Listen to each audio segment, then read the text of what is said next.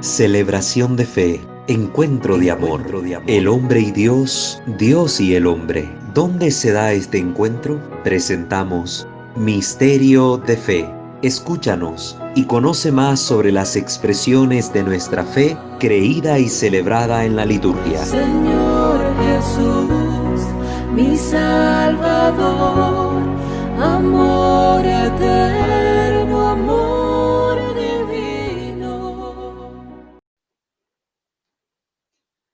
Queridos hermanos, sean bienvenidos a la transmisión de un capítulo más en nuestro curso de formación litúrgica, donde estamos tocando el tema relacionado a la música sacra.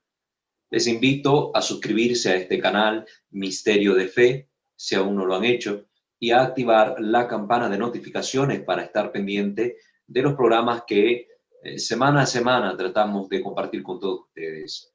También les invitamos a suscribirse a nuestros otros dos canales, en formación espiritual, Santo Debo Ser, y en formación doctrinal, nuestro canal Creo, Señor, Yo Creo. También visitar nuestra otra plataforma en Facebook, @WalterFajardo20. Ahí está nuestra fanpage de la comunidad formativa y evangelizadora. De todos modos, los enlaces los encuentran siempre en la descripción de cada video. Vamos pues a comenzar esta formación poniéndonos en la presencia de nuestro buen Dios. En el nombre del Padre, del Hijo y del Espíritu Santo. Amén. Señor Dios nuestro, te damos gracias, te bendecimos y te alabamos, porque nos permites una vez más reunirnos para seguir adelante con esta formación litúrgica. Te pedimos, Señor, que la luz de tu Santo Espíritu nunca nos falte, siempre nos asista para tener discernimiento en todos estos contenidos y a aprenderlos, hacerlos nuestros y aplicarlos en nuestra vida, en nuestra espiritualidad, en nuestras celebraciones. Que nunca nos falte la dulce intercesión de nuestra Madre, la siempre Virgen María, la de todos los santos y los ángeles, para que en favor nuestro alcancen de ti las gracias que necesitamos para la salvación eterna, según tu santa y divina voluntad. Te lo pedimos a ti que vives y reinas por los siglos de los siglos. Amén. Pater noster, qui es in celis, sanctificetur nomen tuum, adveniat regnum tuum, fiat voluntas tua sicut in cielo et in terra. Panem nostrum quotidianum da nobis hodie, et dimite nobis debita nostra, sicut et nos dimitimus debitoribus nostris, et ne nos inducas in tentationem, sed libera nos a malo. Amén. Ave Maria, gratia plena, Dominus tecum, benedicta tu in mulieribus, et benedictus fructus ventris tui, Iesus. Sancta Maria, Mater Dei, ora pro nobis peccatoribus, nun et in hora mortis nostre. Amén. Gloria Patri et Filio et Spiritui Sancto, sicut erat in principio et nun et semper et in saecula saeculorum. Amén.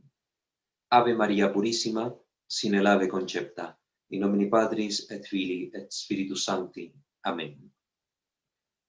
Muy bien, queridos hermanos, vamos a continuar nuestra formación. Hemos venido tocando este tema de la relación entre música y liturgia, sobre todo basándonos en el escrito del cardenal Joseph Ratzinger, Introducción al espíritu de la liturgia.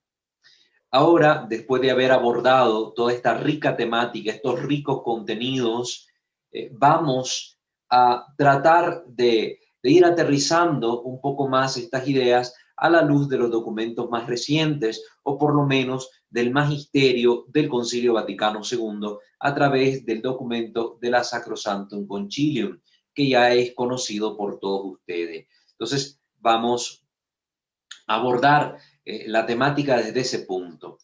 Recordemos que hemos venido haciendo todo un proceso donde hemos visto bien a grosso modo, dándoles a ustedes las pinceladas necesarias para que cada quien luego por su parte indague, profundice, relea, reactualice sus conocimientos. Y hablamos en ese proceso del desarrollo de la música dentro de la vida litúrgica de la Iglesia. Vimos cómo en un primer momento el canto que primaba era el canto a capela, como decimos, el canto a voces. El canto a voces había ausencia de instrumentos litúrgicos, de instrumentos musicales dentro de la celebración litúrgica. Ciertamente, en algunos contextos de las liturgias judías se utilizaban ciertos instrumentos, de eso no nos cabe duda. Sin embargo, no eran ni todos los instrumentos, ni siempre eran usados los mismos. De forma tal que cuando nace la iglesia en un contexto judeocristiano, no habían instrumentos musicales que participaran dentro de las celebraciones litúrgicas de la primera comunidad, de la primitiva comunidad cristiana. Fue con posterioridad que los instrumentos fueron entrando en el seno de la iglesia y fue un proceso paulatino. Entonces vimos todo este desarrollo de la música, vimos cómo hubieron ciertos vicios que se presentaron alrededor de algunas épocas donde la música se convertía en un espectáculo, donde la música era parodia de músicas profanas, donde el centro era la schola cantorum del momento, con aquellos cantantes al estilo de la ópera. Vimos todos esos vicios y cómo a lo largo de la historia la iglesia fue respondiendo a todos esos problemitas que se presentaban en ese ámbito, dando directrices taxativas, claras, ya sea a través del magisterio de los pontífices, el romano pontífice, o a través de los concilios, por ejemplo, el concilio de Trento que hemos mencionado. Entonces, eso lo vinimos haciendo a lo largo de las sesiones anteriores. Es un proceso maravilloso. Yo les invito a leer a ustedes un poco más sobre el tema, a indagar aquí en el espacio con el propósito que queremos cumplir, que dar a conocer bases fundamentales sobre los distintos temas de liturgia, pues no nos da esa amplitud como para ponernos a ver cada siglo, cada época y cada pormenor. No nos daría el tiempo, ¿verdad? Pasaríamos todo el año solo en el curso de liturgia basado en música sacra y no es ese el fin.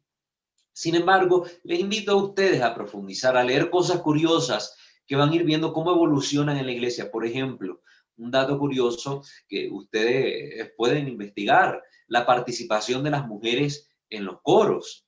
Con anterioridad, por ejemplo, a Pío X, no vamos a encontrar mujeres en los coros. Incluso despuesito de Pío X todavía no vamos a encontrar mujeres en los coros, y ya estamos hablando ahí en los años 1903, estamos hablando ya ahí siglo XX, inicios del siglo XX. Entonces no las vamos a encontrar. Incluso el Papa en la Tra le Sollecitudini había dicho en el numeral 13 que no estaba permitido a las mujeres desempeñar el oficio dentro de la Schola Cantorum. ¿Por qué? Porque se consideraba el canto dentro de la liturgia como un oficio ministerial.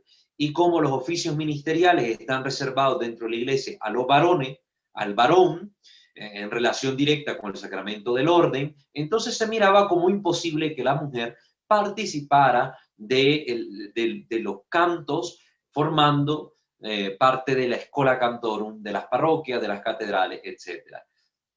Esto con posterioridad fue lógicamente trabajándose para dar lugar luego a los coros mixtos, empezando por salvedades que introdujo Pío XI, cuando empezó a decir que pues había momentos en que no iban a haber solo varones en el canto, en el coro, que aunque se quisieran alcanzar notas altas y que para eso se introdujeran a niños y se formara incluso una escuela cantorum de niños, pues había lugares como por ejemplo las comunidades religiosas de mujeres, donde no podían estar varones presentes. Había otros lugares que porque se estaban desarrollando misiones, tal vez al inicio la cercanía primera de la gente iba a ser por parte de las mujeres antes que los varones, entonces en esos lugares iba a ser muy difícil establecer un coro de varones de primas a primera, pero sí que se insistía en que eran los varones que debían hacer el oficio y que tenían que ser hombres piadosos, hombres probados, de virtud probada en la fe. Entonces, son cuestiones que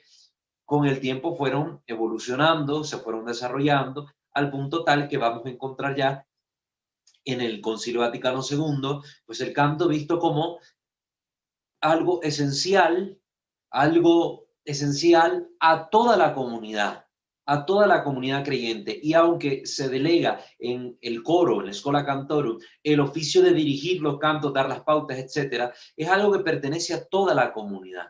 Veremos por eso en todo ese siglo XX, con posterioridad a estos escritos que hemos mencionado, a estos pontífices que hemos mencionado, que van a surgir con el tiempo los famosos coros mixtos, sobre todo después de los distintos congresos de música sacra en distintas regiones del mundo. Entonces se va a plantear esta cuestión, se va a analizar y se va a terminar pues optando por escolas cantorum mixtas, ¿verdad? De varones y mujeres, pero siempre con esta visión de gente piadosa, gente formada en la fe, gente con conciencia piadosa, etcétera.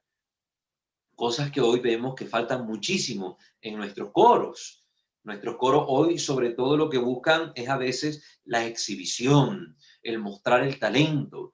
Y aunque al inicio tal vez muchos tengan la buena iniciativa de prestar un servicio dentro de la iglesia para solventar una necesidad, y ellos al saber tocar un instrumento, cantar, se prestan para ayudar en el servicio litúrgico, vemos que con el tiempo, en el proceso que llevan, a veces toman actitudes que desdicen del servicio que están prestando y ya se vuelven más bien un negocio donde hasta se pelean entre los coros por ver quién canta la misa de 15 años para que le paguen por cantar la misa de 15 años o la boda, etcétera. Y ya vemos toda esta distorsión, sacerdotes que luego permiten ya no que un coro parroquial entone las misas solemnes o las bodas o eventos así particulares, sino que venga un coro de afuera sin ningún sentido de formación en la fe, sin ningún sentido litúrgico y monte un show en las parroquias. Lamentable, pero sucede. No podemos taparnos los ojos y decir eso no pasa en la iglesia porque seríamos hipócritas. Y no podemos aquí resolver los problemas si primero no los afrontamos, no los vemos de frente y tratamos de decir, sí, en esto estamos mal, en esto debemos corregirnos. Entonces, vamos a ver qué nos dice el Concilio Vaticano II sobre este asunto en su documento que toca sobre la liturgia. Nos referimos a la Sacrosanctum Concilium. Y el campo específico, donde va a hablar sobre la música sagrada, la música sacra, va a ser en el capítulo 6. En el capítulo 6, ¿verdad? A partir del numeral 112 y siguientes. Son los que vamos a tratar de ver ahorita en este espacio formativo. Comienza el documento conciliar hablando sobre la dignidad de la música sagrada. Tiene una dignidad, ¿no? Un lugar, un sentido propio, tiene un valor que no podemos negárselo y que nosotros como cristianos, en primer lugar, estamos llamados a reconocerlo. La dignidad de la música sacra. La tradición musical de la Iglesia Universal constituye un tesoro de valor inestimable que sobresale entre las demás expresiones artísticas, principalmente porque el canto sagrado, unido a las palabras, constituye una parte necesaria o integral de la liturgia solemne. ¿Están fijándose en esto? El concilio califica a la música sagrada como un tesoro de valor inestimable. ¿Sí? Que nosotros mismos tenemos que aprender a darle el valor a este tesoro, a reconocer ese valor que la iglesia ya reconoce, a ver la música no como algo que cualquiera puede manosear o que queda a la libre voluntad o el libre arbitrio de quien sea a la hora de componer o de ejecutar algún tipo de melodía en nuestras celebraciones. No. Es algo que requiere mucha formación, mucho respeto. Hablaríamos desde el campo de lo profano, profesionalidad en este sentido. Principalmente porque el canto sagrado, están oyendo ustedes esto, qué bonito, el canto sagrado, sobre todo y en primer lugar, el canto. Entonces, yo no sé por qué a veces nosotros no prestamos atención a lo que nos dice la iglesia en estos documentos, o si los leemos, pasamos esto por encima. El canto sagrado porque está unido a las palabras que constituye una necesaria e integral parte en la liturgia solemne. Son las palabras que son las oraciones que dice la iglesia en sus distintos ritos, Son la palabra de Dios que aparece en los distintos textos. Entonces, nuestro canto tiene siempre, si podemos decirlo así, una expresión muy poética, este olor a sagrado, este olor sacro, que no podemos nosotros obviar. Esto ya lo hemos venido explicando. No es cualquier canción, no es cualquier letra, no es cualquier contenido, no es cualquier instrumento. Los que tienen permitido tomar parte en nuestra celebración no siempre tendrán cabida en nuestra celebración todo tipo de musicalidad. No. En efecto, continúa el documento, el canto sagrado ha sido ensalzado tanto por la Sagrada Escritura como por los santos padres, los romanos pontífices, los cuales en los últimos tiempos, empezando por San Pío X, en esta obra que hemos dicho, la Trale Sollicitudini, han expuesto con mayor precisión la función ministerial de la música sacra en el servicio divino. ¿Sí? La música sacra tiene una función ministerial en la liturgia. Minister, el que sirve, siervo, viene de minus, el término en su origen, el menos, el más pequeño, el servidor. La música sagrada, tiene una función de servicio para la liturgia. Está al servicio de la liturgia. La música sacra, por consiguiente, será tanto más santa cuanto más íntimamente esté unida a la acción litúrgica. Esta parte del numeral ya la hemos leído en las sesiones anteriores, pero la remarco en el contexto del documento conciliar que leemos.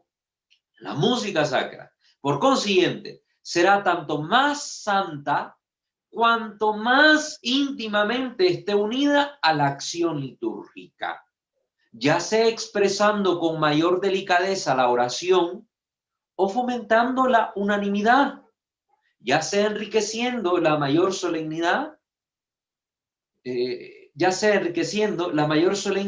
con mayor solemnidad los ritos sagrados. Además, la Iglesia aprueba y admite en el culto divino todas las formas de arte auténtico que estén adornadas de las debidas cualidades. Yo creo que esta parte de este numeral 112 es sumamente importantísima. Releerla, meditarla, analizarla. Es más santo cuanto esté el canto más unido a la acción litúrgica. Los gestos en la misa, las partes de la misa, tienen un sentido de fe muy profundo, que nos unen a Dios y además nos hacen partícipe del acto divino realizado por el Hijo Eterno del Padre en el santo sacrificio. Nosotros entramos en comunión con la Iglesia Celeste, con la Iglesia Purgante, con la Iglesia de todos los tiempos, en el momento en que se está celebrando la Santa Misa. Y en esos distintos ritos participamos de la mística y la dinámica que cada uno de ellos envuelve. Entonces, la música se vuelve más sacra, más solemne, más plena de sentido, cuanto más unidas estén a esos actos, a esos ritos que se estén realizando dentro de la liturgia, dentro de la acción sagrada. Expresan con mayor delicadeza la oración. Es que quien canta bien ora dos veces, decía San Agustín. Entonces, esto me parece a mí importantísimo, que la Iglesia ora al Padre en el Hijo, o por el Hijo en el Espíritu Santo, de distintas maneras, y una de las formas más bellas que la Iglesia puede hacerlo es a través del canto, que como hemos visto en las sesiones anteriores, decía el cardenal Ratzinger, es un carisma del Espíritu Santo a la Iglesia, es un don de Dios para la Iglesia, el canto, porque expresa en este lenguaje tan rico de melodía y armonía, pues los deseos más profundos de nuestro corazón. Nuestra oración se vuelve canto y el canto se vuelve oración en la liturgia. Fomenta la unanimidad, todos en un sentir nos unimos, juntos expresamos al mismo Dios, los mismos deseos, los mismos sentimientos, las mismas peticiones, las mismas acciones de gracia. Es hermoso el canto litúrgico, la música sacra, cuando la comprendemos y cuando nosotros logramos entrar en la mística que esta música propone. Por tanto, el Sacrosanto Concilio, manteniendo las normas y preceptos de la tradición, quiero que pongan a esto mucho ojo, mucho ojo. El Sacrosanctum Concilium, manteniendo las normas y preceptos de la tradición y disciplina eclesiásticas, y atendiendo a la finalidad de la música sacra, que es la gloria de Dios y la santificación de los fieles, establece lo siguiente, y comenzarán los numerales que vienen. Pero quiero que presten atención a esta primera frase, manteniendo las normas y preceptos de la tradición. En ningún momento se nos está hablando en este documento conciliar que hay una ruptura con la sagrada tradición, como lo hacen ver muchas personas que son tradicionalistas recalcitrantes, que a veces caen en el fanatismo, en un fanatismo al estilo farisaico, porque no estoy hablando aquí en contra de la tradición, ni contra este buen deseo de seguir la tradición de la iglesia. Al contrario, aquí el concilio también lo está ensalzando, alabando, lo vamos a ver en los siguientes numerales. El problema está cuando nos radicalizamos en una postura que nos lleva a encerrarnos, a fosilizarnos en un estilo o en una forma de ver la vida de la iglesia, en la liturgia, etcétera, que nos encaparazona y no nos hace darnos cuenta que la tradición de la iglesia es viva, que es una tradición que se viene formando en el tiempo bajo la guía del Espíritu Santo, pero que va sufriendo ciertos cambios, que no son cambios en la esencia, sino cambios en los accidentes, en los modos de manifestarse la tradición. Aquí el concilio recalca una y otra vez, y en este documento lo vemos manifestado de forma clara, que se mantienen las normas y preceptos de la tradición de la iglesia. No hay una ruptura con la tradición de la iglesia. Quien hable así no ha leído ni siquiera los documentos del concilio. Sí ha habido cambios grandes, fuertes, y algunos habría que revisarlos, porque como les digo, la tradición es viva, pero no quiere decir esto que hay una ruptura total con la iglesia preconciliar, con la iglesia antes del concilio. Entonces estaríamos hablando que el concilio daría luz a una nueva iglesia que ya no sería la iglesia católica, que ya no sería la iglesia de Cristo. Y afirmar semejante cosa es atentar también contra la acción del Espíritu Santo que preserva la iglesia a lo largo de los siglos y sobre la cual no va a prevalecer el poder de Satanás, que el poder de Satanás es la división, es la destrucción de los planes divinos, cosa que nunca lo va a poder hacer el demonio. No puede destruir los planes de Dios y cuando lo ha pretendido siempre fracasa. Entonces, aquí tenemos que tener claro también el sentido de la hermenéutica de la continuidad de la que hablaba Benedicto XVI. Hay una hermenéutica, un cambio, una adaptación, un proceso que se va gestando en la iglesia, en el tiempo, y que nosotros debemos atender a él y no hablar como de ruptura, sino más bien de este proceso continuado donde van habiendo cambios, matices, pero que la esencia se preserva y que en este proceso debemos aprender a valorar lo rico que había antes y también lo rico que se nos propone ahora, lo malo que hubo antes para aprender de eso y lo malo que hoy puede surgir también para evitarlo a toda costa. Es que eso es lo que implica también la hermenéutica de la continuidad, esta apertura a la acción del Espíritu Santo que va guiando a la iglesia, a este Dios que es el que rige esta iglesia. Entonces, aquí el concilio en ningún momento está afirmando una ruptura con la tradición. Al contrario, se afirma y se mantiene que está vigente y se observan las normas y la disciplina que en la tradición la iglesia ha observado desde siempre. Eso tengámoslo claro, por favor. Porque en este campo lo mismo estamos nosotros afirmando. El numeral 113 habla sobre la primacía de la liturgia solemne. La liturgia solemne, sobre todo esta liturgia, donde hay participación del canto y donde hay acompañamiento instrumental también. La acción litúrgica reviste una forma más noble cuando los oficios divinos se celebran solemnemente con cantos y en ellos intervienen ministros sagrados y el pueblo participa activamente. Ministros sagrados y el pueblo. No es solo una acción del clero. Desgraciadamente hubo un momento en que en la iglesia se vivió un poco lo que se llama la clericalización de la liturgia, donde realmente se vio un acaparamiento de parte de los ministros sagrados de todos los oficios litúrgicos, donde los fieles eran meramente espectadores, iban a oír la misa, pero su participación se limitaba a eso, a unirse al oficio que realizaba el sacerdote y que no tiene nada de malo en el sentido de que realmente es el oficio que le compete al sacerdote. Sin embargo, debemos atender a que Jesucristo estableció una iglesia que es comunidad, donde hay uno que ojo, hay otro que es pie, hay otro que es mano, ciertamente, pero que todos necesitan integrarse para manifestar esta unidad del cuerpo de Cristo. Entonces, qué importante que en la liturgia también hemos podido, a partir del Concilio Vaticano II, tomar como más conciencia de esta realidad que estamos llamados a vivir como iglesia y a manifestarla dentro de nuestra liturgia y que se ve y se vive de una forma más plena en este tiempo. Se vive y se ve de una forma más plena en este tiempo. Sin que esto dé de mi parte una aprobación absoluta a muchas cosas que no están en orden y que no están bien dentro de la iglesia en las celebraciones actuales. En esto siempre he sido crítico y siempre voy a mantener mi postura crítica porque solo que yo fuera tonto no vería las cosas como son y estuviera aquí hablando tonterías y tratando de tapar el sol con un dedo, cosa que no puedo hacer porque Dios nos ha dado toda la gracia de ser seres pensantes y tenemos que poner a trabajar nuestra cabeza.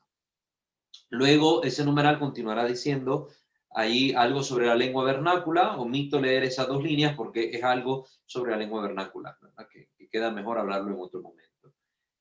Continúa el siguiente numeral con la participación activa de los fieles, participación que ya hemos explicado de qué se trata, la participación activa de los fieles, que no únicamente implica el involucramiento de los fieles en los oficios litúrgicos que estén disponibles para ellos, como los lectores, los que cantan, los acólitos, etcétera, sino la verdadera participación, que es la unión de todos nosotros con el oficio que el sacerdote está realizando en Cristo, porque actúa in persona Christi.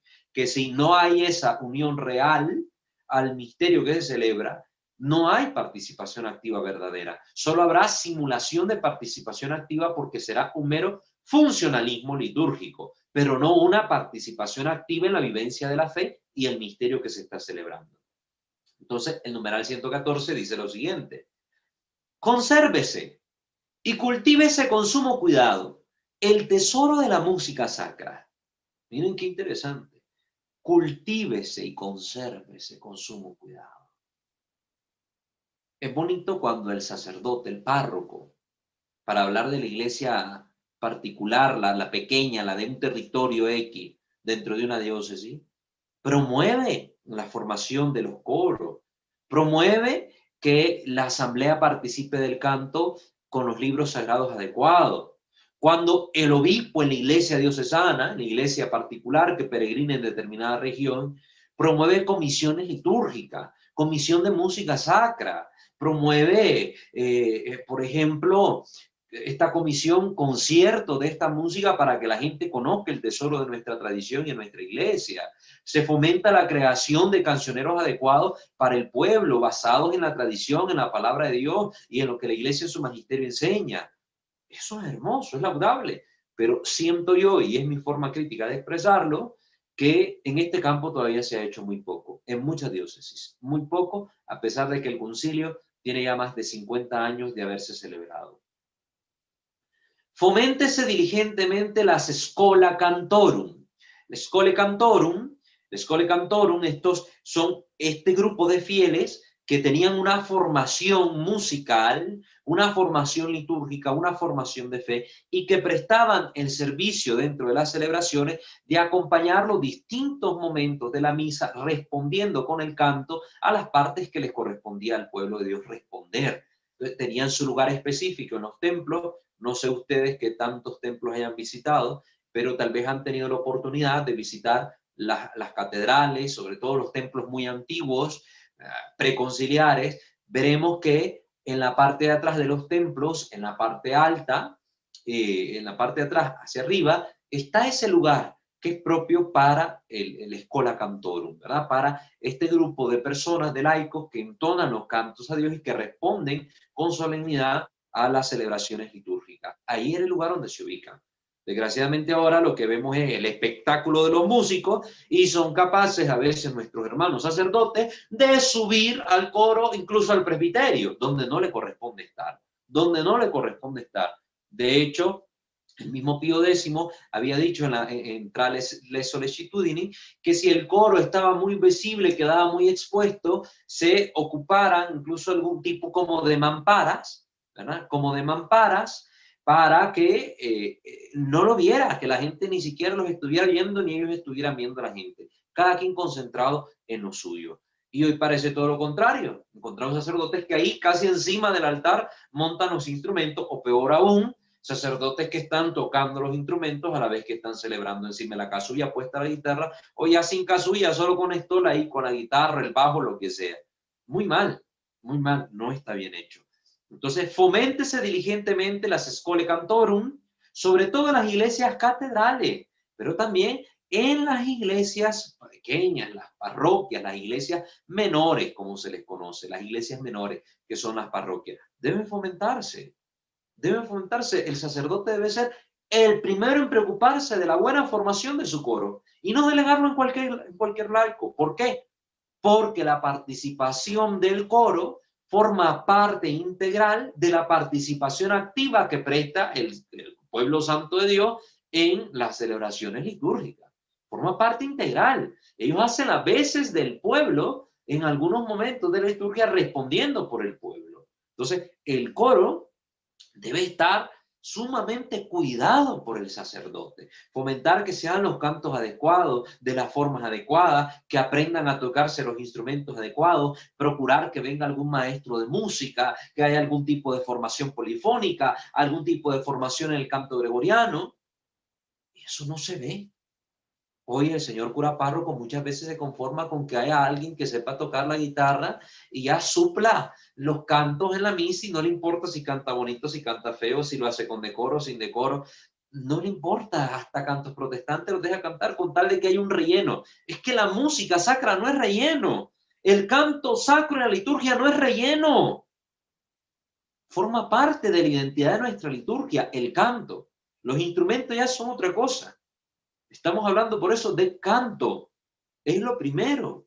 Para la liturgia es indispensable el canto, más no los instrumentos. Los instrumentos se pueden añadir o no pueden estar, y la liturgia siempre va a necesitar del canto, porque el canto le embellece, le da solemnidad, y la iglesia desde el principio ha manifestado su acción de gracias a Dios a través del canto, basándose en su tradición judeocristiana, judía, que da lugar a esa tradición judeocristiana que tiene y rescata todas estas particularidades del canto en las liturgias, como vimos en las sesiones pasadas. Se fomente esto. Los obispos y demás pastores de almas procuren cuidadosamente que en cualquier acción sagrada con canto, toda la comunidad de los fieles pueda participar, pueda aportar la participación activa que le corresponde, a tenor de los artículos 28 y 30 del mismo documento. Vamos a leerlos también, estos 28 y 30, para que nos queden claros. Miren qué importante, los obispos deben fomentar en primer lugar esto, que pues participar la comunidad de los fieles. Pero si yo no tengo un buen coro, si no tengo una buena comisión de liturgia y música sacra, ¿cómo los fieles van a participar? ¿Cómo se van a animar a participar bien? Numeral 28 decía, cada cual desempeñe su oficio. En las celebraciones litúrgicas, cada cual, ministro o simple fiel, al desempeñar su oficio, hará todo y solo aquello que le corresponde por la naturaleza de la acción y las normas litúrgicas. Eso se nos recuerda. Al pueblo le toca responder estos momentos de la misa, que el pueblo responda a eso. Y como va a estar el coro ahí, que lo pueden hacer cantado, háganlo cantado. Lo bonito. El ministro canta, el Señor esté con ustedes, que el pueblo también responda cantando y con tu espíritu. Qué bonito. Qué bonito. Pero a veces ni el sacerdote se anima. Y el numeral 30 decía participación activa de los fieles. Dice, para promover la participación activa se fomentarán las aclamaciones del pueblo, las respuestas, la salmodia, las antífonas, los cantos y también las acciones o gestos y posturas corporales. Guárdese además a su debido tiempo un silencio sagrado. De todo esto ya hemos venido hablando en las distintas secciones de nuestro canal, donde hemos hablado de los gestos, las posturas, etcétera, y ahora estamos hablando del canto, ¿verdad? Entonces, la participación activa incluye todo esto, forma parte de esto. Todas estas forman parte de la participación activa, aunque no se reduce únicamente y estrictamente hablando a esto que hemos mencionado. De forma tal, una persona sin manos puede participar activamente, de forma tal que una persona sin piernas, aunque no se pueda arrodillar, puede participar activamente, aunque no pueda realizar esos gestos corporales. Una persona muda, una persona que tenga atrofiadas sus cuerdas vocales, puede participar, aunque no pueda responder, aunque no pueda cantar, porque la participación activa va más allá que esta exteriorización o estos accidentes que manifiestan de forma externa el verdadero sentido de la participación en la liturgia.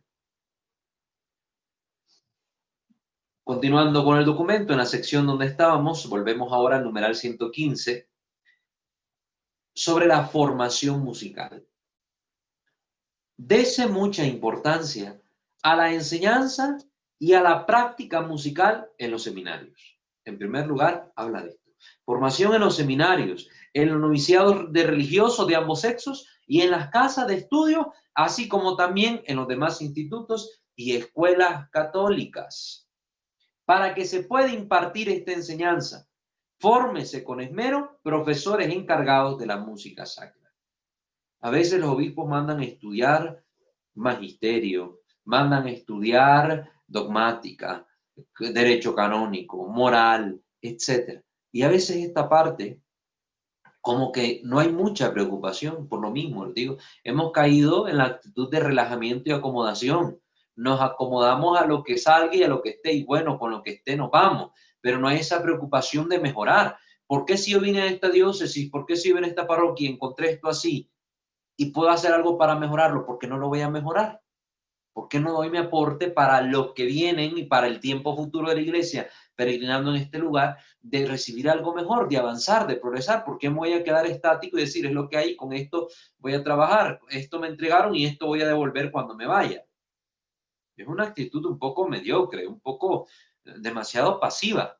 Entonces, en esto sí debe haber una preocupación de formar personas idóneas que luego puedan compartir estos conocimientos, sobre todo en las casas de formaciones. Si hay buenos profesores de música, va a haber buenos formandos en este campo, en los seminarios o en las casas religiosas.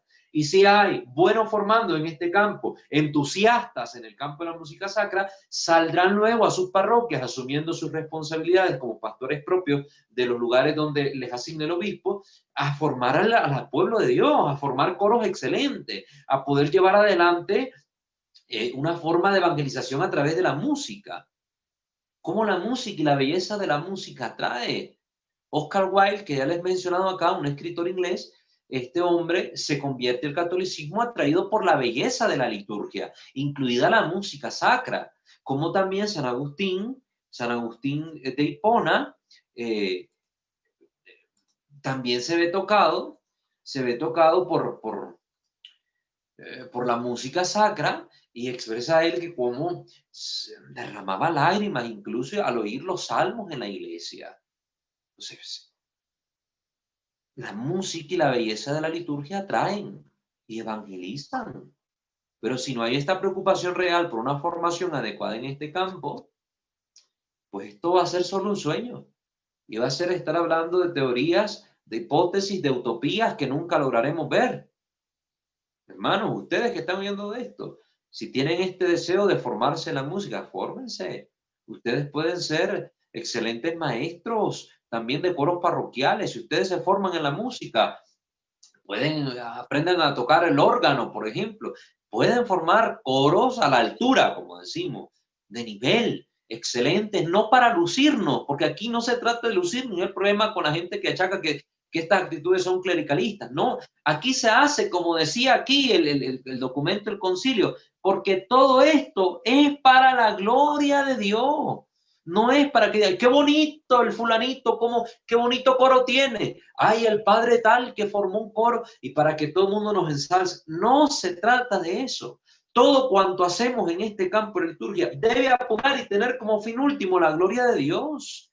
La gloria de Dios y la santificación de los fieles. Lo decía el documento del concilio que estamos leyendo. Entonces, debemos procurar esa formación. Se recomienda además que según las circunstancias se erijan institutos superiores de música sacra. ¿En cuántas diócesis ustedes han encontrado estos institutos superiores de música sacra? Pongámoslo en Nicaragua, de donde yo vengo. No sé. Yo que recuerde, hasta el momento, hasta la fecha, yo que recuerde, no sé de un instituto así propio de la conferencia episcopal o de una diócesis particular que sea un instituto superior de música sacra. Hay un conservatorio de música, por cierto, es de los protestantes, de los bautistas, el Conservatorio Bautista de Música. Y ahí se van a formar muchos de nuestros hermanos, miembros de los coros parroquiales, incluso algunos seminaristas y sacerdotes. Pero así como Iglesia Católica, que tengamos esto que pidió el Concilio Vaticano II hace más de 50 años, ¿cuántos? ¿Cuántos? Dese también una genuina educación litúrgica a los compositores y cantores, en particular a los niños. Miren lo que pide el concilio. Que haya educación litúrgica. Y tener educación litúrgica implica educación en la fe. Catecismo. Enseñanza básica. ¿Cuántos de los miembros de nuestro coro conocemos que sean catequistas, que sean misioneros, que sean miembros activos de alguna pastoral de la iglesia, aparte del servicio del canto que prestan? Si lo que vemos es todo lo contrario, a veces se invitan, han habido esfuerzos hasta sobrehumanos en algunos momentos para que los miembros de los distintos coros se formen en las parroquias, se formen en las diócesis. Hay algunas comisiones que trabajan en pro de esto. ¿Y cuál es la respuesta que se ve en estas actividades? Ausencia, cero participación muchas veces de los miembros de los coros de las parroquias en este tipo de actividades formativas.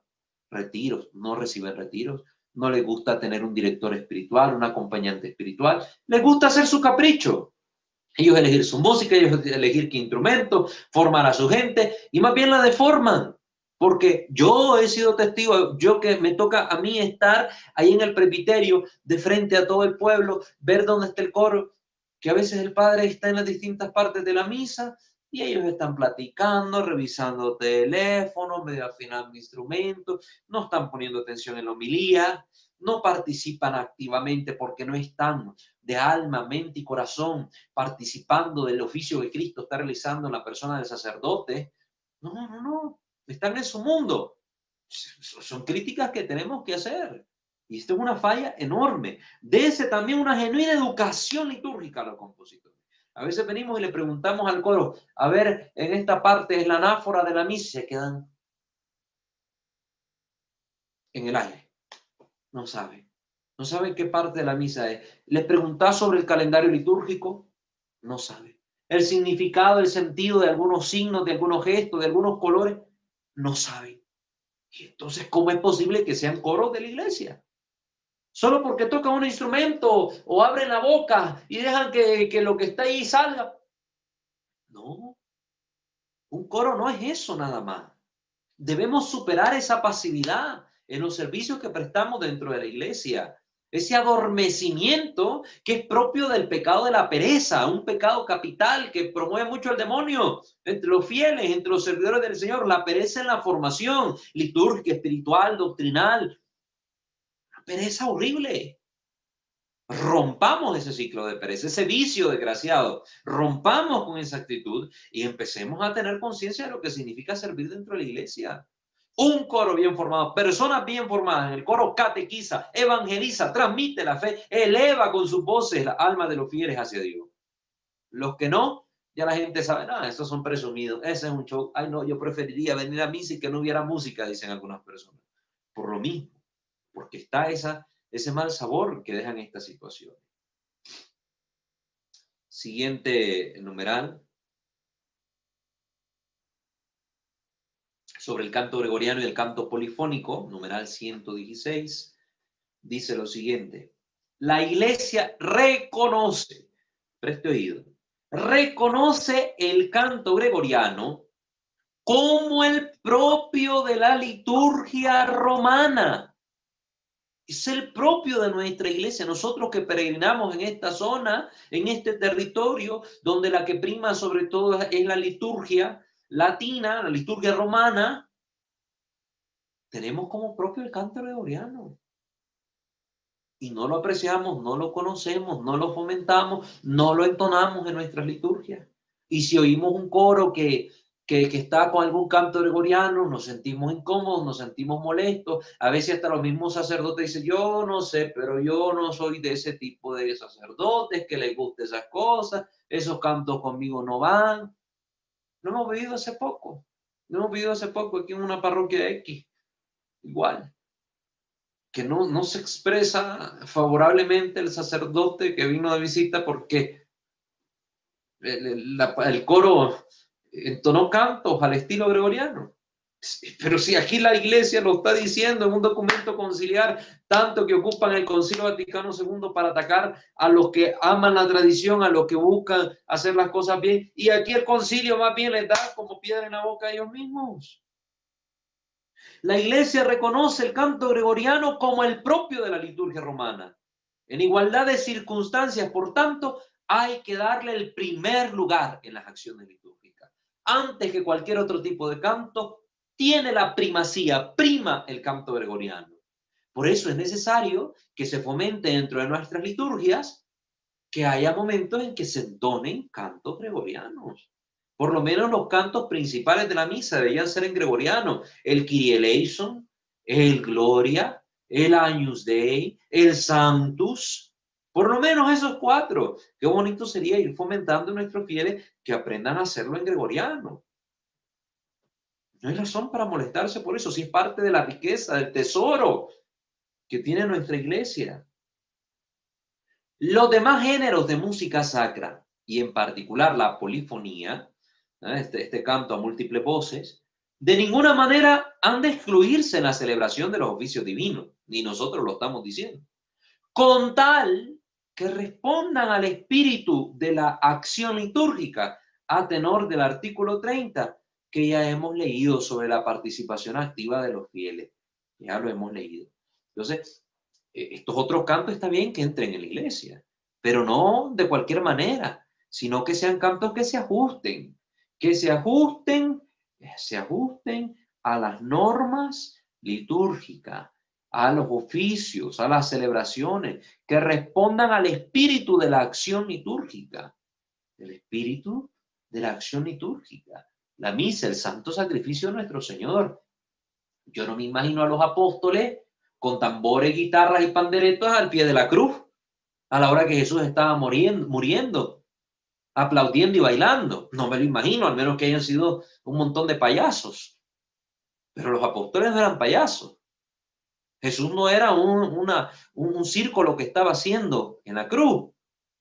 Entonces, hay cosas que no corresponden, ritmos e instrumentos que no corresponden al espíritu de la acción litúrgica que se está realizando en la misa. Y de los instrumentos vamos a hablar también. Vamos a tocar ese punto, qué instrumentos corresponden o no corresponden a la misa, por ejemplo. Son cositas que aquí tenemos que hablar antes de cerrar esta sección sobre la música sacra. Después, el siguiente numeral, el 117, va a hablar sobre la edición de libros de canto gregoriano. Complétese la edición típica de los libros de canto gregoriano. Más aún, prepárese una edición más crítica de los libros ya editados después de la reforma que impulsó Pío X con la Trae Sollecitudini. También conviene que se prepare una edición que contenga modos más sencillos para uso de las iglesias menores, parroquias, rectorías, entre otras, ¿no? Las capillas, etc. Entonces, aquí se está pidiendo que se preparen estos libros para el pueblo. Algo que me llamó la atención, por ejemplo, en las iglesias de Estados Unidos, cuando anduve por esos lados, es ver que allá en las bancas los fieles tenían sus libros de cantos, que muchas parroquias, antes de entonarse un canto, el coro indicaba página tal, canto tal, y todos participaban, tenían sus libros. Más acá en Latinoamérica, no sé en las otras realidades, pero por ejemplo en Guatemala, no logré ver eso. En Nicaragua no lo he visto. Aquí en México, pues a las iglesias donde he llegado y tenido la oportunidad de servir, tampoco lo he visto. ¿Verdad? En varios lugares donde he estado no lo he visto. Incluso ahí mismo en Europa, donde estuve en muchas iglesias y participé en las liturgias, pues no lo miré, en más de algunas sí, no voy a mentir, en más de algunas sí, pero en la gran mayoría en las que pude visitar, no miré esos libros y la gente con los libros participando, ¿no? Antes del Concilio Vaticano II, cuando la gente asistía a la misa, llevaba su misal propio para el pueblo, donde estaban las oraciones de la misa en latín y en la otra parte la lengua vernácula. Si aquí hablamos español, la otra sección estaría en español. Y ahí venían incluidos los cantos, las musicalidades, y la gente participaba también en el canto del coro con el texto que llevaba en sus manos. Hoy, con costo, se da una hojita dominical para que la gente siga la lectura y la gente está más concentrada a la hora de la misa en ir viendo la lectura y si hay algún error que cometió el lector o lo que sea, que debe estar oyendo la palabra de Dios. Estar oyendo la palabra de Dios. De esa hojita la gente más bien se distrae porque está llena de anuncios, de publicidad, de no sé qué, de un montón de cosas que ahí está la gente. A la hora de la homilía se oyen las hojas por aquí, por allá sonando, porque están viendo ahí que la librería católica, que artículos no sé qué, que no sé cuánto, que la floristería. La gente está más pendiente de eso que de la homilía. Entonces esas hojas, en vez de ser beneficiosas, sirven de distracción. Por lo menos antes lo que se iba a ver el misal, lo que estaba ahí era la pura misa, la lectura del día y las imágenes sagradas que acompañaban esas lecturas y nada más. No tenía la gente con qué distraerse con cosas mundanas o superfluas, ¿no? Pero bueno, ¿qué más vamos a decir ahí? Cada quien haga su examen de conciencia en esa parte. También conviene que se prepare, ¿verdad? Ya lo leímos eso, ¿no? Se prepare una edición para la gente sencilla. Luego el siguiente numeral, ya casi terminamos, quedan 2 numerales más. Sobre el canto religioso popular, dice el numeral 118. Foméntese con empeño el canto religioso popular, de modo que en los ejercicios piadosos y sagrados, ejercicios piadosos como el Via Crucis, el Rosario, y en las mismas acciones litúrgicas, los distintos sacramentos, sobre todo la Santa Misa, de acuerdo con las normas y prescripciones de las rúbricas, ¿se fijan dónde está el punto? En las normas y prescripciones de la rúbrica, resuenen las voces de los fieles. Que la iglesia es orden, queridos hermanos. Dios es orden, la iglesia es orden. La iglesia no se saca las cosas de la manga y cada quien haga lo que quiera con su iniciativa propia. No. La iglesia nos ha dado directrices claras que se pueden seguir en las prenotandas y en las rúbricas para que nosotros actuemos según lo que la iglesia nos pide hacer, para que actuemos bien. Siguiente numeral, 119. Estima de la tradición musical propia. Aquí en relación con la música religiosa popular, que ya hablamos que la música religiosa es una y la música litúrgica otra. Ahora habla este numeral, el 119, sobre la estima de la tradición musical propia. Si aquí hay pueblos donde llegamos en misión, evangelizamos y aquí tienen cierto tipo de música, ¿qué pasa? Esa música se puede incluir, no se puede incluir. En Nicaragua se tocan marimba, guitarra, se puede incluir, no se puede incluir. Como en ciertas regiones, principalmente en las misiones, dice el documento, hay pueblos con tradición musical propia, que tiene mucha importancia en su vida religiosa y social. Dese a esta música la debida estima y el lugar correspondiente no solo al formar su sentido religioso, sino también al acomodar el culto a su idiosincrasia, a tenor de los artículos 39 y 40. Aquí hablamos del proceso de inculturación de esa música particular dentro de la vida de fe de una comunidad que le exprese sus celebraciones litúrgicas. Pero aquí están las directrices, numeral 39 y numeral 40. No es porque estamos acá metidos aquí en la China y en la Conchinchina y aquí suenan estos instrumentos, entonces venga para acá. Ya, es bonito, suena bien, entonces yo lo meto acá. No. Numeral 39. Corresponde a la competente autoridad eclesiástica territorial, de la que habla el artículo 22, parágrafo 2, que dice lo siguiente: en virtud del poder concedido por el derecho, la reglamentación de las cuestiones litúrgicas corresponde también, dentro de los límites establecidos, a las competentes asambleas territoriales de obispos de distintas clases, legítimamente constituido. A ellos les corresponde, a la conferencia episcopal, a estas asambleas territoriales de obispos, pues dar estas normas en ámbito litúrgico, lógicamente con la debida aprobación de la Santa Sede. Determinar, corresponde a la competente autoridad eclesiástica territorial, determinar estas adaptaciones dentro de los límites establecidos en las ediciones típicas de los libros litúrgicos. Es decir, si pueden meter cosas, sí, adaptarlas, sí, pero dentro de los límites que establezca el misal, dentro de los límites que establezcan los libros litúrgicos. No es lo que ellos quieran meter, solo porque soy obispo, yo digo esto se hace y punto. No, hay un orden, los obispos actúan en orden a la iglesia. Sobre todo en lo tocante a la administración de los sacramentos, de los sacramentales, procesiones, lengua litúrgica, música y arte sacro, siempre de conformidad con las normas fundamentales contenidas en esta Constitución, dice la Sacrosanctum Concilium. El numeral 40, que es otro de los que cita este numeral 119, dice lo siguiente: sin embargo, en ciertos lugares y circunstancias, urge una adaptación más profunda de la liturgia, lo cual implica mayores dificultades. Por lo tanto, y cita lo siguiente: en primer lugar, la competente autoridad eclesiástica territorial de la que se habla en el artículo 22, parágrafo 2, considerará con solicitud y prudencia los elementos que se pueden tomar de las tradiciones y genio de cada pueblo para incorporarlas al culto divino. Va a considerar en primer lugar, no es que venga a hacer todo lo que está ahí porque bueno, no. Hay que hacer una selección de contenido, lo que es apropiado, lo que no. Las adaptaciones que se consideren útiles o necesarias se propondrán a la sede apostólica para introducirlas con su consentimiento. ¿Se están fijando? No es porque un obispo le place y quiera hacerlo así, así debe ser. Sí le tiene que placer, tiene que analizarlo, tiene que hacer un discernimiento y proponerlo luego a la Santa Sede, con los argumentos necesarios en pro y en contra. Y una vez hecha esta evaluación, la Santa Sede dará su venia, su sí o su no. Y ya después de eso se procede. Antes no. En segundo lugar, para que la adaptación se realice con la necesaria cautela, si es preciso, la sede apostólica concederá a la misma autoridad eclesiástica territorial la facultad de permitir y dirigir las experiencias previas necesarias en algunos grupos preparados para ello y por un tiempo determinado. Es decir, cuando se dé la venia a estas solicitudes de los obispos de determinado territorio, pues viene un proceso ad experimentum, con un cierto territorio, una parroquia, hablado con la gente, entendido, a probar esto, a ver qué tal funciona, si va o no va, si conviene o no conviene, si es producente o contraproducente. Y ya después se tomarán las determinaciones necesarias.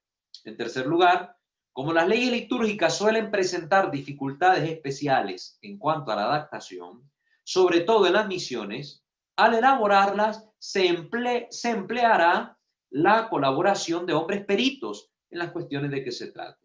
Es lo otro que está solicitando aquí el documento. En estas cuestiones que se vayan a hacer, bueno, necesitamos oír los expertos. En la música sacra, bueno, esta música de aquí, de estos territorios que se quieren incluir, ¿cuál es su sentido? ¿Cuál es su origen? ¿Cuál es su tradición? ¿Cuál es el impacto social que tienen? Etcétera. ¿Conviene o no conviene? Hay que buscar la ayuda de peritos. Hay que dejarse ayudar. Eso es signo de humildad también. Por esta razón, continúa el documento, en la formación musical de los misioneros, procúrese cuidadosamente que, dentro de lo posible, puedan promover la música tradicional de su pueblo, tanto en las escuelas como en las acciones sagradas, teniendo presente estos elementos de inculturación que ya hemos mencionado. Ahora, algo que tenemos que decir en el siguiente numeral, 120, sobre el órgano de tubos y otros instrumentos.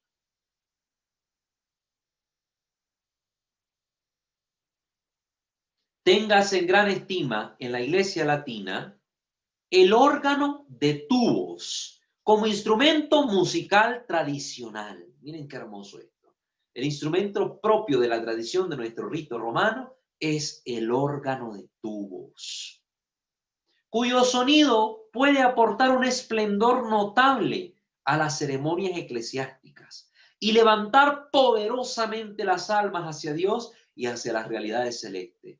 Y es que cuando nosotros escuchamos sonar un órgano, inmediatamente, con un órgano de tubo, se nos transporta el alma, la mente, el corazón al ámbito eclesiástico. Nos sentimos que estamos en una iglesia. Ya está asociado, es algo tan íntimo en el espíritu, como se ha venido asociando este instrumento al culto sagrado, que ya a la mente se le hace fácil oír el órgano de tubos, transportarse en su mente al ámbito, a un ambiente eclesiástico, a un templo, a una catedral, etc. En el culto divino se pueden admitir otros instrumentos, a juicio y con el consentimiento de la autoridad eclesiástica territorial competente. Esto ténganlo presente porque lo vamos a tocar después. A tenor de los artículos 22, parágrafo 2, 37 y 40. Siempre que sean aptos o puedan adaptarse al uso sagrado, convengan a la dignidad del templo y contribuyan realmente a la edificación de los fieles. Aquí está el elemento directriz que da el Concilio Vaticano II para saber qué instrumento conviene o no conviene para ser ejecutado dentro de las acciones litúrgicas. Que sean aptos o puedan adaptarse al uso sagrado, convengan a la dignidad del templo. Por favor, una batería, ¿qué tiene que estar haciendo dentro del templo? Y contribuya realmente a la edificación de los fieles, que ayuda al alma a elevarse a Dios. Esos son como los 3 requisitos que ofrece este documento conciliar. Y aquí mencionó otros numerales, el 22 ya lo hemos leído, el 40 también, el 37. Oigamos lo que dice el 37. La Iglesia no pretende imponer una rígida uniformidad en aquello que no afecta a la fe o al bien de toda la comunidad, ni siquiera en la liturgia. Por el contrario, respeta y promueve el genio y las cualidades peculiares de las distintas razas y pueblos. Estudia con simpatía y si puede, oiga esto es claro en la parte de la inculturación, y si puede, conserva íntegro lo que en las costumbres de los pueblos encuentra que no esté indisolublemente vinculado a supersticiones y errores. Todo lo que tenga olor a superstición o error va fuera. Y aún a veces lo acepte en la misma liturgia, si cumple esta particularidad, con tal que se pueda armonizar con el verdadero y auténtico espíritu litúrgico. Los bailes a la Pachamama, que por desgracia vimos esos cultos de la Pachamama cuando se celebró el sínodo de la Amazonía allá en el Vaticano, nada tenían que hacer ahí, no pintan nada, porque eso no puede entrar en la liturgia, no puede entrar en la vida de fe de la iglesia, porque está indisolublemente vinculado a supersticiones y errores. La tierra, la Pachamama no es una deidad, no es una diosa, porque hay un único Dios y es nuestra profesión de fe. Creo en un solo Dios, todopoderoso, el único, Dios uno y trino, nadie más. Entonces, hay cosas que hay que buscar cómo hacerlas bien, porque se hicieron mal, y eso se ha reconocido, Entonces, este numeral nos deja ver que sí, hay instrumentos, hay música que pueden entrar en la iglesia, en la música sacra, siempre y cuando estén libres de supersticiones, estén libres de errores que puedan desviar la fe de los creyentes. Y por último, el numeral 121, y con esto cerramos ya lo que toca el documento conciliar de la Sacrosanctum Concilium, dice lo siguiente sobre las cualidades y misión de los compositores de música sacra. Los compositores verdaderamente cristianos deben sentirse llamados a cultivar la música sacra y a acrecentar su tesoro, llamados a cultivarla. Compongan obras que presenten las características de verdadera música sacra y que no solo puedan ser cantadas por las mayores scolae cantorum, no, por los grandes coros allá de las basílicas y de la catedral, sino que también estén al alcance de los coros más modestos y fomenten la participación activa de todos los fieles de la asamblea. Los textos destinados al canto sagrado deben estar de acuerdo con la doctrina católica. Quiero que en este parrafito del numeral 121 pongamos ojo. Los textos destinados al canto sagrado deben estar de acuerdo con la doctrina católica. El compositor católico no puede basar sus composiciones en sentimentalismo, como sucede mucho en el ámbito protestante, sino en la doctrina católica, que incluye, como dirá aquí, más aún, deben tomarse principalmente de la Sagrada Escritura, y de las fuentes litúrgicas. Esas son las tres cosas que se pide para que un canto sea católico y que pueda fomentarse en el pueblo de Dios.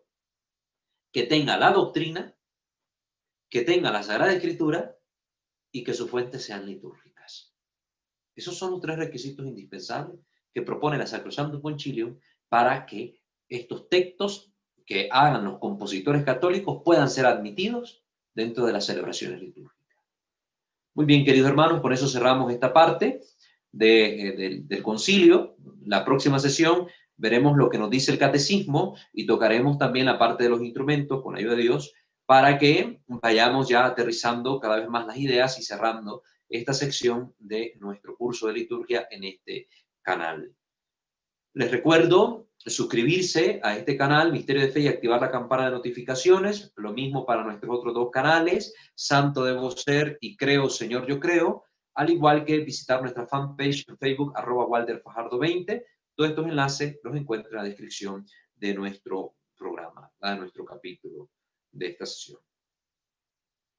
Ahora bien, si hay alguien que quiera hacer alguna pregunta, hay algún comentario en YouTube, nuestra hermana Giovanna, si nos hace el favor de dar lectura a esos comentarios, o si alguien quiere participar de forma activa de los que estén acá en Zoom, quiere intervenir, puede hacerlo en este momento.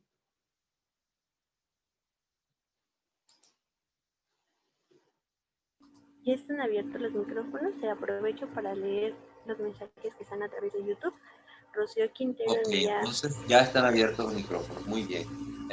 Díganos. Ok, Rocío Quintero dice, buenas noches hermano Walter, Dios te bendiga. Y también Elizabeth Mendoza comenta, buenas noches hermano Walter, he tenido la oportunidad de ver y escuchar algún concierto de Arpa Dei, y a pesar de que realmente no entiendo el idioma, sí puedo decir que la melodía y las voces tan privilegiadas me transportan a momentos bellos, como si mi alma comprendiera las palabras. Es realmente hermosa la música sacra. Muchas gracias a ambas por su comentario, hermana Rocío Quintero. También le mando un saludo, que Dios la bendiga. Y nuestra hermana Elizabeth, pues sí, ha dado en el blanco en este sentido. La música tiene un lenguaje que no necesita palabras para ser comprendido. La música expresa sentimiento y expresa verdades sin palabra alguna siquiera a veces. A veces solo una melodía, solo un ritmo basta para elevar nuestra alma, nuestro corazón, a algo que trasciende la materialidad que nuestros sentidos son capaces de percibir.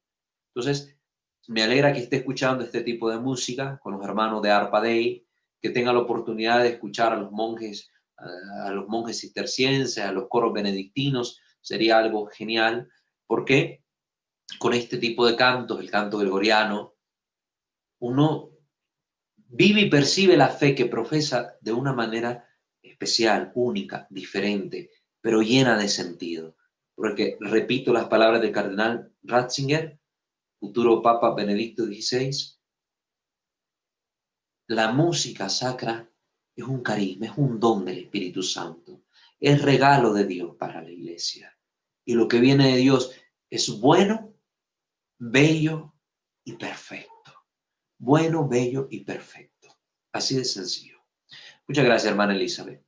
No sé si algún otro de los hermanos que esté conectado a través de Zoom quiere participar en vivo, decir alguna palabra, algún comentario, hacer alguna pregunta sobre esto que hemos mencionado hoy del Concilio Vaticano II.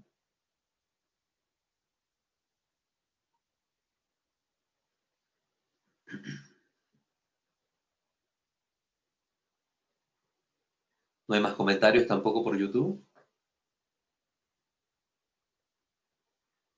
Sí, hermano Walter. También Carmen Dávila envía saludos. Hermana Carmen Dávila, ok. Hermana Carmen, Dios la bendiga también. Muchísimas gracias por estar siempre conectada. Es otra de las fieles seguidoras del canal. Que Dios la bendiga también y derrame sobre usted abundantes bendiciones. Muchas gracias. Sí. Gracias, hermano Walter. Buenas noches. Buenas noches. Que Dios me la bendiga también, hermana Carmen. Igual, hermano. Gracias. Sí. Muy bien. No sé si alguien más tenga algo que comentar. Si no, para cerrar la sesión.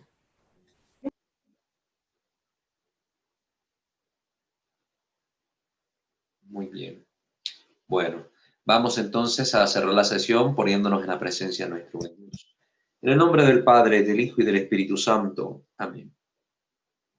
Señor, queremos darte infinitamente gracias por permitirnos vivir este momento de formación y de encuentro en la comunidad de fe, que ansía, Señor, poder ir creciendo en estos campos espirituales, litúrgicos, formativos, que nos permitan conocerte más, comprender mejor nuestra vida de fe, nuestras celebraciones.